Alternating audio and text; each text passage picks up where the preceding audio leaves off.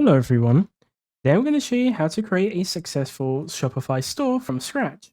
First, all you need to do is sign up for a Shopify account. After that, if you already have a niche in mind, all you need to do is head over to the homepage of the Shopify website. And from here, follow all the steps that Shopify give you. As you can see here, we have a lot of different ones. Follow all the steps Shopify gives you in order for you to create a good looking website.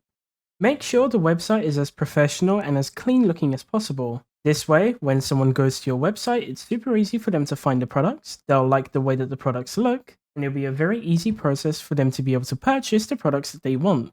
Depending on the product you're selling, you may need to design your website differently so it grabs that person's attention who wants to buy the product from you. So make sure to look at other stores who are selling similar products to you so you can get ideas on how you should make your store look. That's basically it. If you have any questions, feel free to ask them in the comments below. Thank you for watching.